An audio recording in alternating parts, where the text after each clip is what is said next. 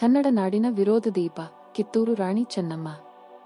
19ನೇ ಶತಮಾನದ ಆರಂಭ. ಭಾರತವು ಇಂಗ್ಲಿಷ್ ಈಸ್ಟ್ ಇಂಡಿಯಾ ಕಂಪನಿಯ ಆಳ್ವಿಕೆಯಲ್ಲಿ ನರಳುತ್ತಿದ್ದ ಕಾಲ. ಆಂಗ್ಲರು ತಮ್ಮ ಡಾಕ್ಟ್ರಿನ್ ಆಫ್ ಲ್ಯಾಪ್ಸ್ ಎಂಬ ನೀತಿಯ ಮೂಲಕ ಮಕ್ಕಳಿಲ್ಲದ ಶಾಸಕರ ರಾಜ್ಯಗಳನ್ನು ವಿಲೀನಗೊಳಿಸುತ್ತಿದ್ದರು. ಈ ರೀತಿಯಲ್ಲಿ ಕಿತ್ತೂರು ಎಂಬ ಸಣ್ಣ ರಾಜ್ಯವು ಅವರ ನೋಟಕ್ಕೆ ಬಿದ್ದಿತು.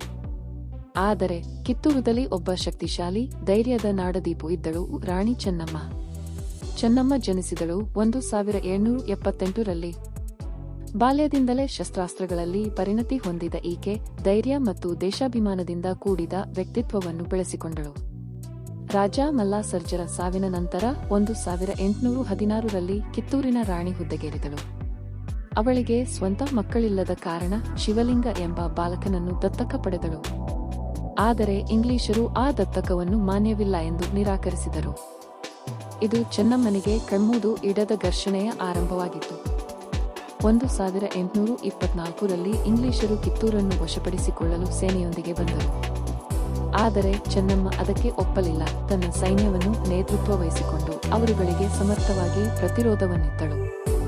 ಮೊದಲನೆಯ ಯುದ್ಧದಲ್ಲಿ ಇಂಗ್ಲಿಷ್ ಸೈನ್ಯ ಸೋತು ಹಿಮ್ಮೆಟ್ಟಿತು. ಆದರೆ ಆಂಗ್ಲರು ಇನ್ನೂ ಬಲಿಷ್ಠ ಪಡೆ ಮತ್ತು ವಂಚನೆಯ ಸಹಾಯದಿಂದ ಮತ್ತೆ ದಾಳಿ ನಡೆಸಿದರು.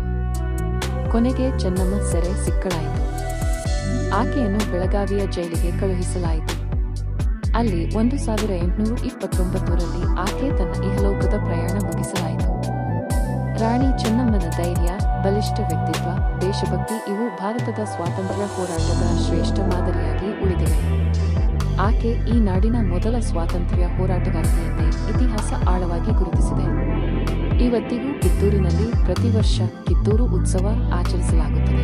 ಆಕೆಯ ಶೌರ್ಯವನ್ನು ಸ್ಮರಿಸಲು